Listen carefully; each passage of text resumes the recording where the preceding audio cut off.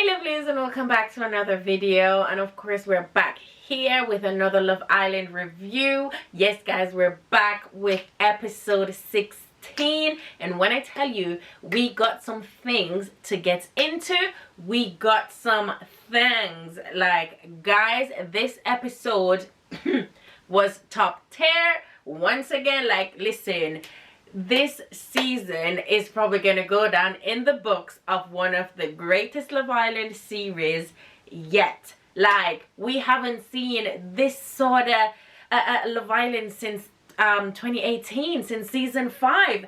And I am loving it. Like, the islanders that they've chosen this year are just giving everything that we need. They're giving love. They're giving betrayal. They're giving hurricane, tsunami. They're giving tsunami. Listen guys, they're just giving everything, you know. And oh my, we have so much to get into. We have so much to get into. We have Ekin-Su and Jay being over. Can't wait to get into that one. Davide and Danica kissing. We have Tasha head turning. We have Dami and India minding their business, just slowly falling in love.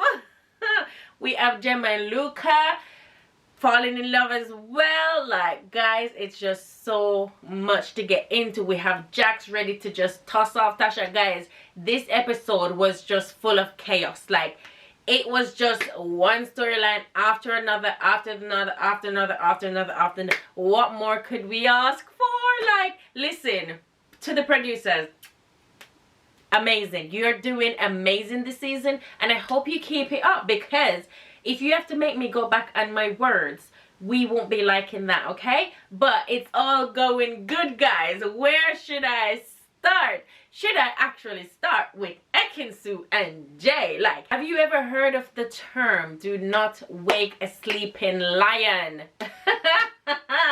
They have done just that. But I am here for it, because we have missed our girl Ekin-Su. She was giving everything, you know. She's been carrying this whole episode on her back by herself. So she is back, and we appreciate that. So thank you, Jay. Thank you for waking up that sleeping lion, all right?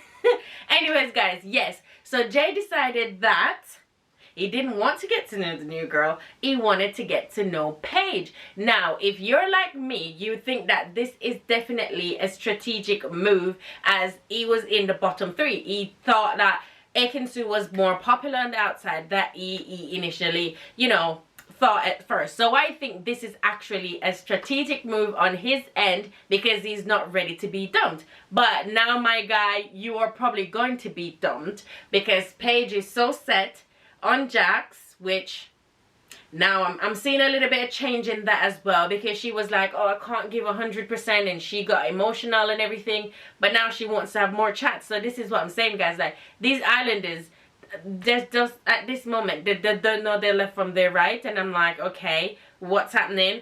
They just don't know what they want, and they'll just say one thing and then do the opposite, you know. Like, yeah, do as I say, not as I do. That's the kind of that's the kind of behavior they're actually showing. But yeah, so he told Ekin-Su that he wanted to get to know Paige, as you know, he rushed in to get into, you know,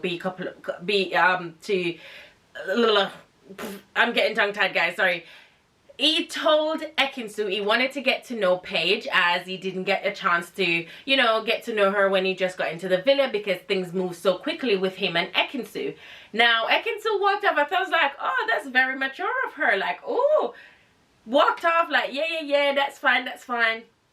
She went in the mirror and came back like, guys, that's not me. I have to kick off. Like, I have to get some more screen time. Like, that is not how it's supposed to end. And she came back fiery as hell and went off. She went off. The only thing I did not like was when all the guys are literally teaming up against Ekin-Su. Like, guys, please, you lot just don't like people playing the same games you are. You just don't like a strong female, and she goes after what she wants, and they can't stand that. And yeah, she's gonna go for what she wants, and that is why, like, people like her, because she don't have time to play the silly games, even though she's probably still playing a game, but at least she's being upfront with it. and just doing her thing. So guys, please back off, especially you, Jax, that was just ready to pawn off your woman to another bloke, and then you're like, you prefer to be more friends with your bloke than to actually be with your woman. Like, I understand you're a rugby boy and you're a lads guy, you're a lads, you know, you're for the lads, but at the end of the day, you should know where to draw the line and when to put your woman first. That's it. Poor Paige, she got emotional, and I don't know if she's someone that's gonna be fit for this villa, because she is so sensitive and she's so sweet. So I don't know what's gonna happen to her. This is only like week 2, and the way she got emotional makes me question now, because they spent a night in a hideaway and they both claimed that nothing happened. But now I'm like thinking, they might have done the do. They might have done a little bit. They're probably now a part of the Do Bit Society. If you watch season 5, no, actually that was season 4, then you would know. Actually, season 5 was 2019. I'm chatting beer madness tonight, guys. But anyways, anyways, you know what I'm on about. And yeah, so Jax was just ready to hand her over to Jay. So I'm like, now I'm questioning his motive and if he actually really likes her. Like, I don't know, guys. Like, it's all a turmoil at this point in time. Luke and Gemma just spending their own little time in their own little world. He will not move from her side because he wants to be in the Owens family. You have to give the guy a little bit of props. He decided that tunnel vision, nothing else is going to change that, and that is where it's at.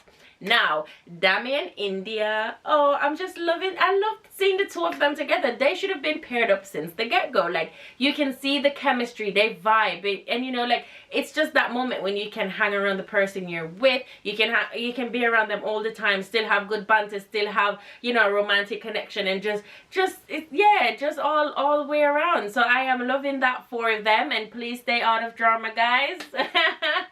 Please stay out of drama. Keep, you know, cool, calm, and collected. Like, yeah, like that for you, guys. Tasha.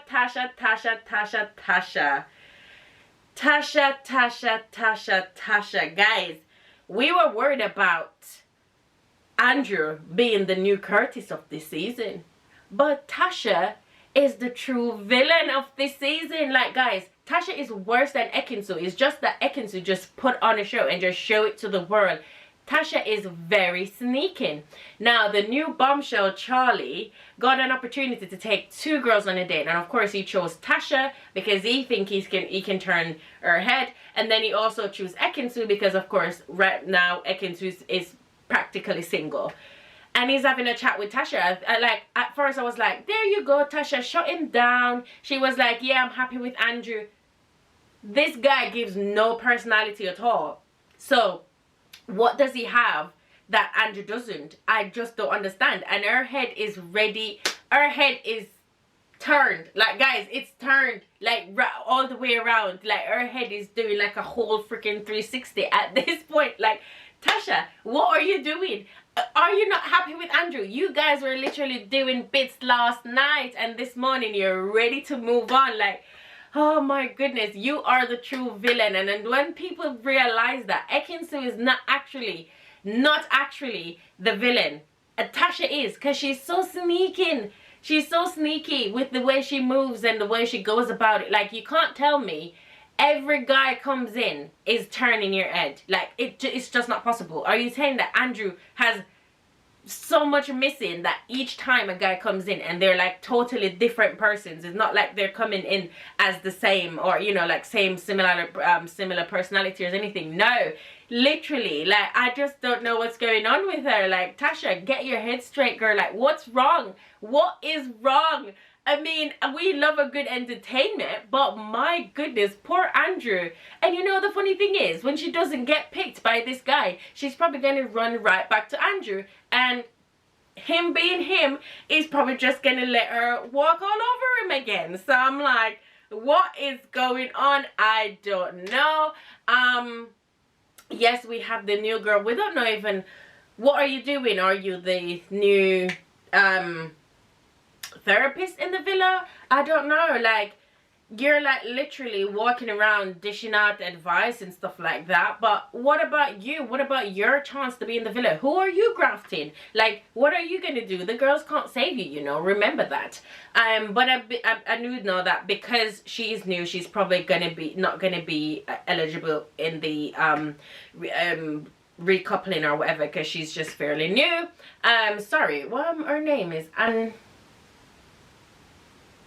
Antigone. We have the new girl Antigone, of course. Hopefully I get that right this time. I'm so bad. I'm really bad with names. Anyways, she's really not grafting anyone, but I think she's gonna get away with, you know, with the first recoupling, both her and the new guy Charlie, because they're fairly new. They've just been in there like for maybe about 48 hours. But anyways, who knows? Love Island have done thingy last season, just being there for 48 hours, so who knows? They like to stir up the drama, so we'll see what they actually comes with. Davide, guys, listen, Davide is a drama man, all right? He's just so freaking conceited. Like, he is just full of himself, and I don't believe that he's actually really into Danica. I think he just literally gave her a kiss just to shut her up, because she was just going on and on and on, and at this point she just really needs to try and graft someone else, or I don't know what's gonna happen. And girl, it seems like your time is gonna be cut in the villa, because Davide is not into you, and he's not into Antigone or whatever. Like, he's just into himself. Like, Davide is in love with Davide, and that's all he needs to I think he just likes the idea of someone, you know, of being fancied, but he just doesn't fancy anyone, like, if you get what I mean. Like, Davide he's just so freaking conceited, and I mean, he's just so flipping vain but funny at the same time. So we'll see how that plays out, who he will actually go for, because at this point we have no idea. Davide is just in the villa. He's just there. But as I said, guys, tonight's episode was flipping amazing, and I did enjoy it because we got a little bit of everything. And tomorrow night's episode is gonna kick off. When I tell you it's kicking off, it's kicking off. Like, guys, it's not the same drama with the same people over and over and over. Like, every night it's someone else, and that is what I'm loving about this whole series. So tomorrow it's gonna be Tasha's and Andrew's opportunity to be, you know, all cray around the villa. So I cannot wait for that, and just to see how it plays out. Will Andrew actually walk? Would he go home? Would he exit the villa like what's his name did? Oh my goodness, my guy that I liked, what's his name? Oh, Liam. Yeah, I think so.